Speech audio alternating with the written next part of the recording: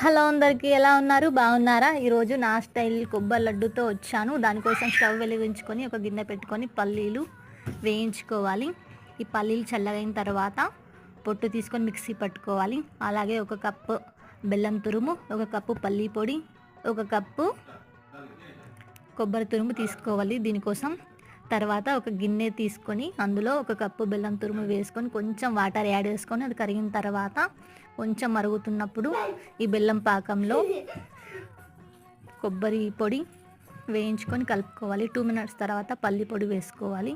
అలాగే నెయ్యి యాడ్ చేసుకొని కలుపుతూ ఉండాలి, లేకపోతే అడుగంటుతుంది.